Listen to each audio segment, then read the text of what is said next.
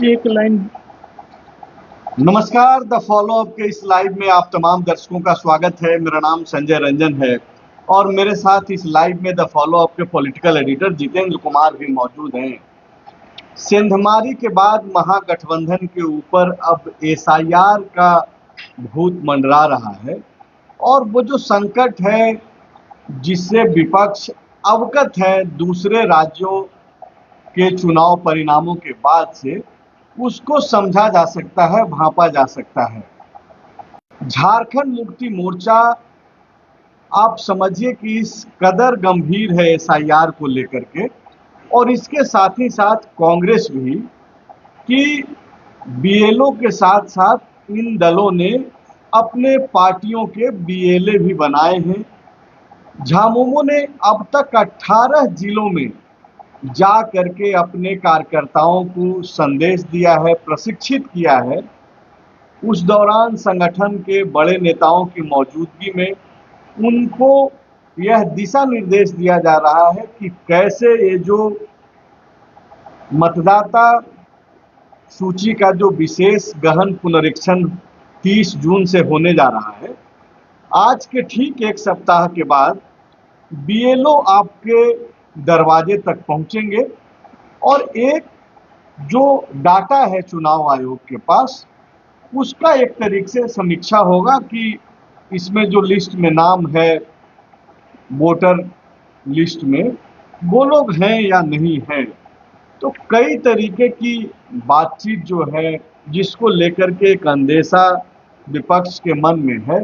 आपको मालूम है कि विशेष गहन पुनरीक्षण जो मतदाता सूची का हुआ है पड़ोसी राज्य बिहार और बंगाल में, वहां पे इसके बाद भाजपा ने अपनी सरकार पहली बार आजादी के बाद बनाई है।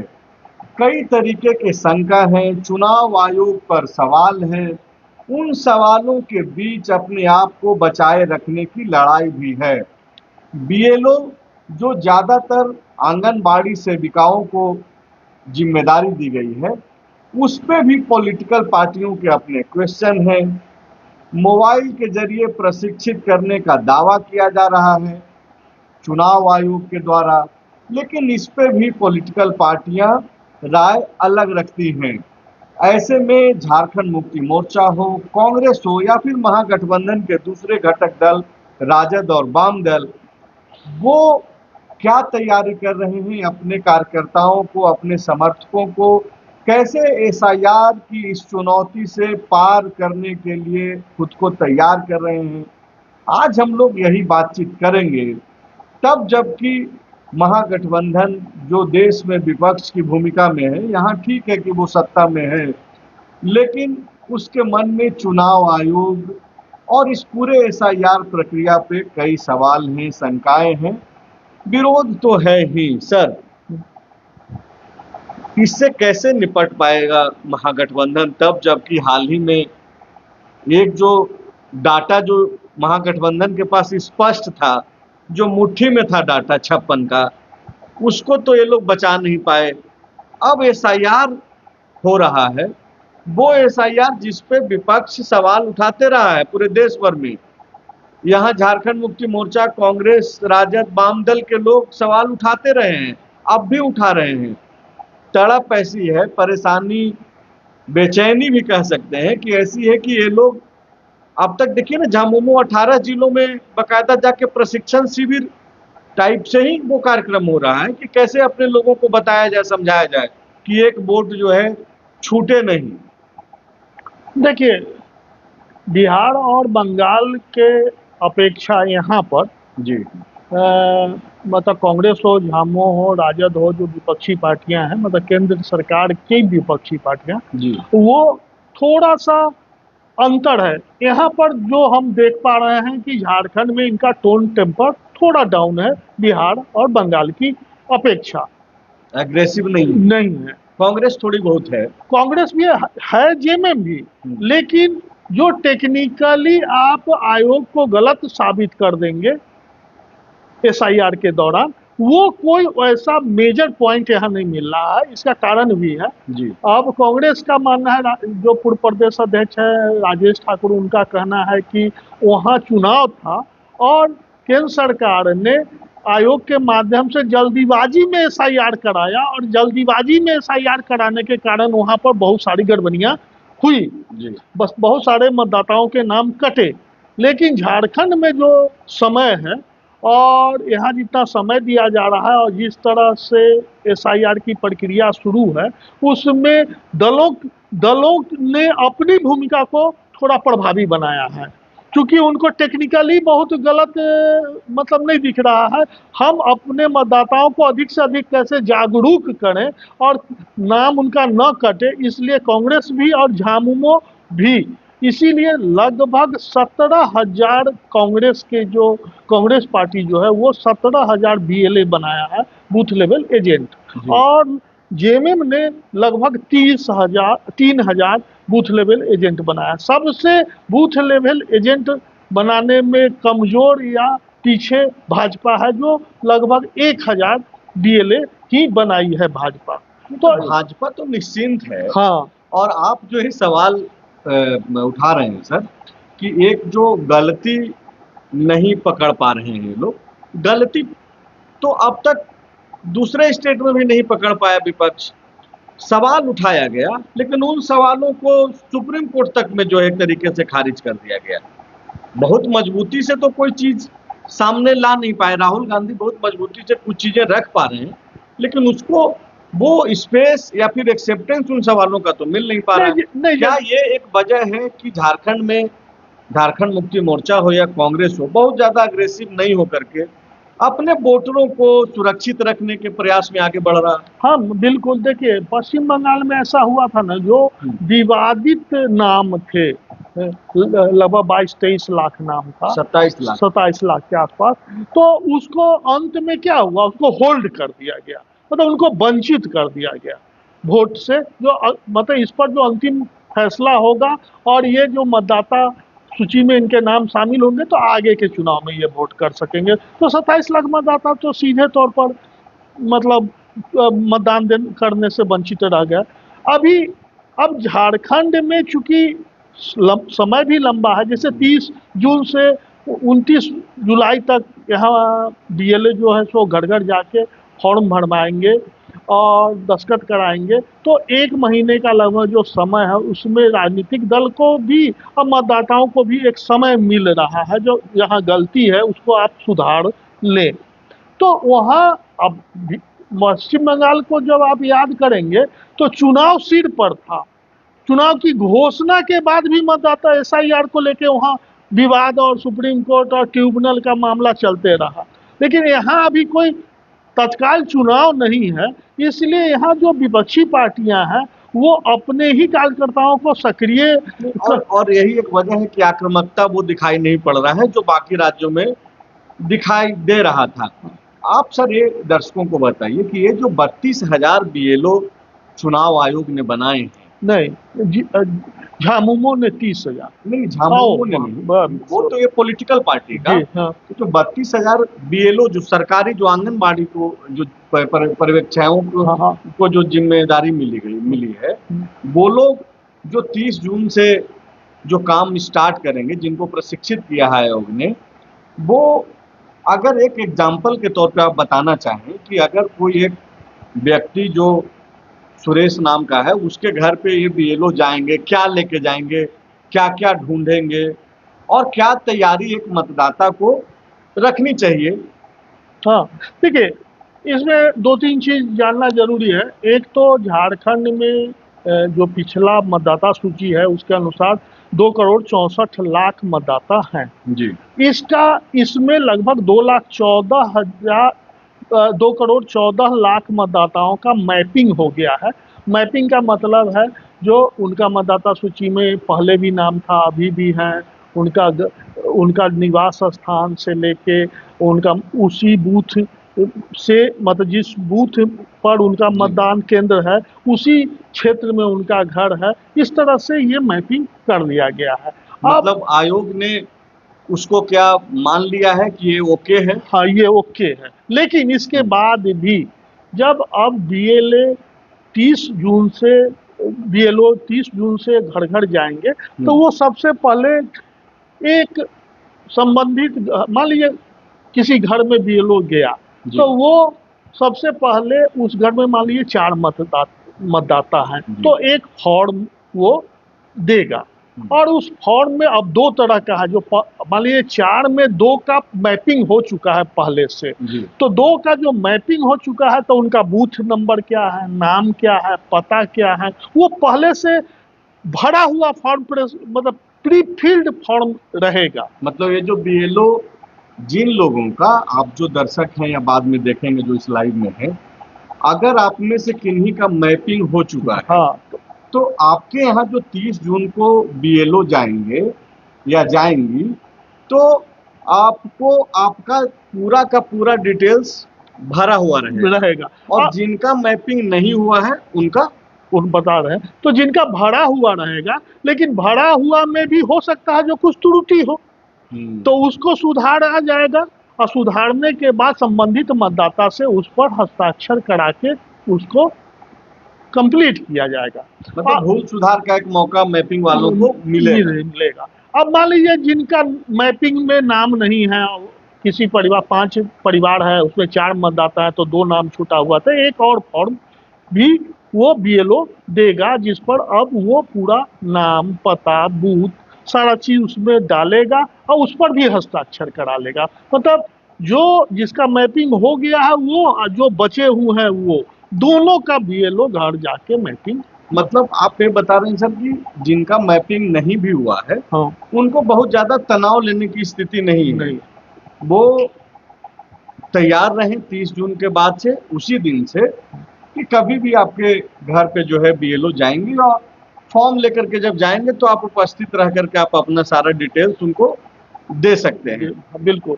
और अब उसमें संबंधित कागजात क्या क्या? कागजात अभी कुछ नहीं देना है, अभी कुछ नहीं देना है। कागजात की स्थिति बाद में आएगी, उससे पहले थोड़ा मतदाताओं के लिए, जागरूकता के लिए यह जानकारी देना जरूरी है कि अब मान लीजिए बीएलओ गई, और बीएलओ गई, आपका नाम नहीं है जी, तो नाम नहीं है, तो अगर जैसे शहर में रहने वाले अधिकतर लोगों का गांव के मतदाता सूची में भी नाम है जी, तो वहां पर अब आपकी जिम्मेवारी थोड़ा बढ़ जा रही है कि आप अपना नाम रांची में, शहर में रखना चाहते हैं या गांव वाले रखना चाहते हैं। तो आप एक जगह से अलग होने का जो फॉर्म है, जो बीएलओ के साथ जो फॉर्मा है, उस पर आप क्लियर कर दीजिए तो मेरा नाम हमारे गांव में ही रहेगा, या गांव वाला जो मेरा नाम है वो कट के हम रांची का मतदाता सूची में ही शामिल रहेंगे। तो एक ऑप्शन इस समय है मतदाताओं के पास। अच्छा, ये भी एक सुविधा है। हाँ, सुविधा है। और दस्तावेज की अभी कोई मांग बीएलओ नहीं करेगा। दस्तावेज का मांग तब होगा जब मान लीजिए किसी मतदाता की जानकारी पर आपत्ति है, मैपिंग नहीं हो पाई है और उसमें किसी तरह की विसंगति दिख रही है, या जन्म तिथि, नागरिकता को लेकर संदेह है, उस स्थिति में ही। मतलब जिनका मैपिंग नहीं हुआ है और बीएलओ को अगर उन पे डाउट होगा, हाँ, तो उनको उस स्थिति में डॉक्यूमेंट्स जमा कराने हाँ, उस स्थिति में क्या क्या लगेंगे? नहीं, अब जैसे आप ये जो 12-13 तरीके का जो एक सेट जारी किया गया था, सुप्रीम कोर्ट ने भी, जैसे आधार कार्ड को लेकर के डिमांड था दूसरे स्टेट में कि आधार कार्ड को उसमें जगह नहीं दिया गया है, वही सारे डॉक्यूमेंट्स हैं या फिर उसके अलावा? नहीं है, तो वही सारे डॉक्यूमेंट्स। अब जैसे आधार है, आपका बर्थ सर्टिफिकेट है, मैट्रिक का सर्टिफिकेट है, आप सरकारी कर्मचारी हैं उसका आई कार्ड है, आप पेंशन भोगी हैं तो आप पेंशन का जो दस्तावेज है वो है, आपको अगर सरकार ने कोई ज़मीन आवंटित किया है तो उससे संबंधित जो डॉक्यूमेंट्स है, कोई भवन मिला है उससे संबंधित है, या वनों में जो रहने वाले लोगों को जो जमीन सरकार ने वन पट्टा दिया है वो है। तो इस तरह के कई दस्तावेज हैं जो आपत्ति की स्थिति में, नॉर्मल स्थिति में नहीं होगी, तो इसकी मांग वो बाद में करेगा। अभी फॉर्म भरने के समय इसकी कोई मांग की जरूरत नहीं है, एकदम क्लियर कट है। अच्छा सर, एक चीज ये बताइए दर्शकों को कि ये जो पॉलिटिकल पार्टियां जो घूम रही है पूरे स्टेट में, बीएलए बना रही हैं, वो इसके अलावा क्या काम कर रहे हैं? मतलब अपने जो बीएलए बना रहे हैं लोग, उसको क्या दिशा निर्देश दे रहे हैं? वो आम मतदाता जो है, जो नागरिक है, उसको क्या जाकर के ये लोग मदद करेगा?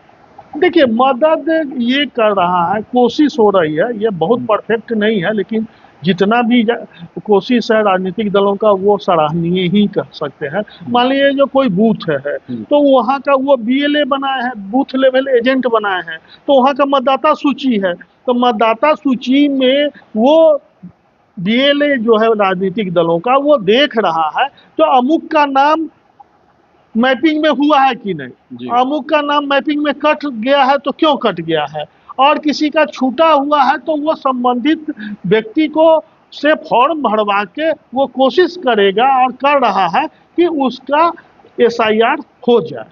मतलब पॉलिटिकल पार्टियां अपने बीएलए की नजर से जो है, बीएलए के मदद से इस पूरे प्रक्रिया पर नजर रख रही है कि उसका जो कोई समर्थक है, वोटर है, हाँ, उसका वोट छूटे नहीं, सूची से अलग नहीं हो। यही मूल काम है, क्योंकि देखिए एक भय तो है ही, जैसे पश्चिम बंगाल में लगभग 70 लाख, बिहार में भी लगभग 40 लाख के आसपास नाम कट गया, तो नाम कटने से मतदाताओं की संख्या कम होती है, तो इसका कई दुष्प्रभाव भी है और कई अच्छी चीजें भी है। अच्छी चीजें हैं कि अगर मान लीजिए कोई व्यक्ति मर चुका है या वो बाहर जाके किसी दूसरे स्टेट में बस गया है या दिल्ली में भी उसका नाम है और रांची में भी उसका मतदाता सूची में नाम है, तो एक सही आंकड़ा गवर्नमेंट ऑफ इंडिया या किसी भी सरकार के पास होना जरूरी है। तो ऐसे लोगों का नाम अगर कटता है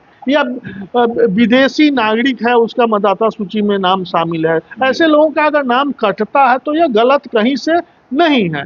लेकिन अब झारखंड जैसे स्टेट को अगर आप देखेंगे तो अगर मान लीजिए 2,64,00,000 यहाँ मतदाता पहले से था और अगर वो घट के 2,14,00,000 का मैपिंग हो गया है और मान लीजिए 2,50,00,000 मतदाता यहाँ वेरीफाइड हुए या नाम जुड़ने के बाद समेकित रूप से आंकड़ा ये सामने आया, तो 14 लाख लोगों का नाम गायब हो जाएगा। तो वो जो 14 लाख लोगों का, तो ये तो मैपिंग में 14 लाख लोगों का नाम गायब, मान लीजिए हम अंतिम स्थिति में तक अगर यही नौबत रही तो 14 लाख जो कोई भी विकास का योजना है या लाभ की योजना है, मान लीजिए वो 14 लाख लोग ऐसे हैं जो, देखिए कुछ तो ऐसे भी लोग हैं जो बाहर कमाने के लिए गए हैं और वो अब एसआईआर के लिए तो वो आएंगे नहीं, और एसआईआर के लिए अगर नहीं आएंगे तो उनका नाम संभव है, अगर उनके परिवार के लोग जागरूक नहीं है तो उनका नाम कट गया, तो उनका नाम कट गया और उनको राशन कार्ड है, लाल कार्ड है, तो बाद में ये संभावना बनती है ना, जो यहाँ का मतदाता नहीं है जिसको, तो उसको लाल कार्ड क्यों सरकार देगी, उसको वापस ले सकती है सरकार, या कोई योजना का जो लाभ अगर उस व्यक्ति को मिल रहा है उस लाभ से वो वंचित हो सकता है। तो इस तरह की कई तरह की आशंकाएं हैं और सबसे बड़ा आशंका ये है कि वोटर जो घटेगा तो विपक्षी पार्टी इसलिए भी ज़्यादा चिंतित है कि उनको लगता है जो शहरी इलाकों में कम लेकिन ग्रामीण इलाकों में जो मतदाता है वो थोड़ा कम पढ़े लिखे हैं, जानकार कम है, तो उनका नाम अगर कटता है तो वो सीधे सीधे हम उससे प्रभावित होंगे, हमारा वोटर गायब होगा। मतलब जागरूकता की कमी के वजह से अगर वो लोग मतदाता सूची का ये जो पूरा एसआईआर जो हो रहा है जी, इसमें अगर वो चूक गए तो उसका नुकसान झेलना पड़ सकता है। एक चीज जो बोल रहे हैं सर, ये ठीक बात है कि कोई ठोस सवाल विपक्ष का लोग नहीं बना पाए एसआईआर को लेकर के, लेकिन ये जो डर है वो तो बना हुआ है। और ये भी सच है कि जहां जहां एसआईआर हुआ है भाजपा को बढ़त मिली है, सरकार भाजपा ने बनाई। वही तो ये जो क्या लगता है इसके पीछे, मतलब ये जो डर है महागठबंधन के घटक दलों का, वह डर जायज है या फिर नहीं? कुछ तो देखिए, कुछ तो जायज है, मतलब आप पहले नज़र में देखेंगे, अब जैसे आप ही 2 बार दोहराए या बिहार और बंगाल में एसआईआर हुआ, दोनों जगह सरकारें पिछले चुनाव की तुलना में अप्रत्याशित आंकड़े के साथ सत्ता में लौटी। बिहार में और बंगाल में तो ये पहली दफा हुआ है। तो ये राजनीतिक दल इससे थोड़ा चिंतित और आतंकित तो होंगे ही, और वही कारण है जो झारखंड में भी राजनीतिक दल जो विपक्षी दल है वो चिंतित है और आशंकित है। तो अब एक जो दूसरा सवाल है सर, वो ये है कि यहाँ जो झारखंड में आप देख रहे हैं, झारखंड मुक्ति मोर्चा या कांग्रेस जिस तरीके से एक्ट कर रही है इस पूरे मामले को लेकर के, ठीक इसी तरीके से जो है बिहार में या बंगाल में विपक्ष में, बिहार में राजद और बाकी लोग कर रहे थे, कांग्रेस थोड़ा आक्रामकता वहां पे थी। यहाँ चुनाव नहीं है तो आक्रामकता नहीं है। बंगाल में सत्ता में रहने के बावजूद ममता बनर्जी जो प्रयास कर रही थी उसमें भी वो चूकी। झारखंड में कुछ नया ये लोग कर रहे हैं या फिर जो बिहार और बंगाल में हो रहा था वही झारखंड मुक्ति मोर्चा और कांग्रेस जो एक कोरम की तरह बीएलए बना लेना है, प्रशिक्षण देना है, वही चीजें हो रही है? नहीं, वही कोरम हो रहा है, उससे अलग कुछ कर भी नहीं सकते। अब जैसे उपाय दिख नहीं रहा, कुछ दिख नहीं रहा। अब जैसे झामुमो महासचिव जो विनोद कुमार पांडे उनसे बात कर रहे थे जो SIR को लेकर, आप निर्वाचन आयोग पर कई सवाल खड़े किए हैं। तो जैसे उन्होंने एक सवाल खड़ा ये भी किया था, जो बिहार में जो SIR हो रहा था तो निर्वाचन आयोग का गाइडलाइन कुछ और था, झारखंड में वो गाइडलाइन थोड़ा इतर है। तो उन्होंने मुख्य निर्वाचन पदाधिकारी को पत्र लिख के पूछा था, जो अगर निर्वाचन आयोग तो पूरे देश के मामले में एक ही तरह का निर्णय लेता है तो ये अलग अलग गाइडलाइन क्यों है। उसी तरह उनका दो चार जो सवाल है वो निश्चित रूप से कहीं ना कहीं दिखता है कि उसमें दम है।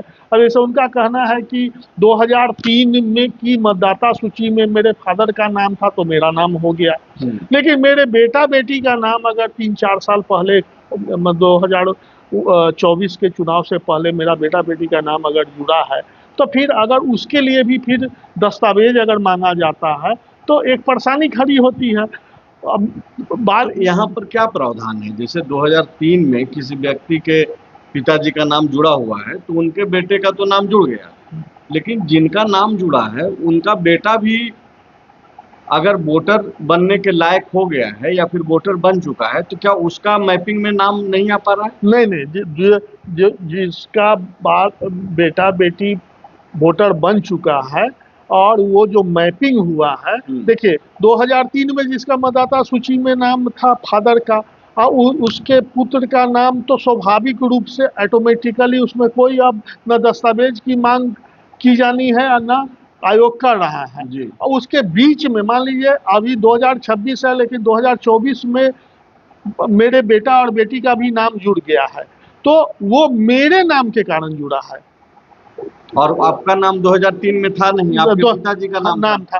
तो यहाँ पर कोई दस्तावेज की मांग नहीं की जा रही है, लेकिन कहीं अगर ऐसा मांग किया जाता है और मैपिंग BLO जब घर घर जाके सत्यापन करेगी उस समय अगर किसी तरह का, और उस समय मेरा बिहार में तो सर ऐसा नहीं हुआ। ये जो प्रक्रियाएं जो वहाँ हो रही थी SIR की, तो वहाँ पे तो वैसा हुआ नहीं कि डॉक्यूमेंट्स मांगा गया। अगर किसी के पिताजी या फिर पिताजी के पिताजी का नाम 2003 में था तो वो बहुत सामान्य तौर पे उसको एक्सेप्ट किया गया है। नहीं, यहाँ पर भी अभी 30 जून से लेके 29 जुलाई तक किसी से कोई डॉक्यूमेंट्स की मांग नहीं की जाएगी, ये एकदम क्लियर है।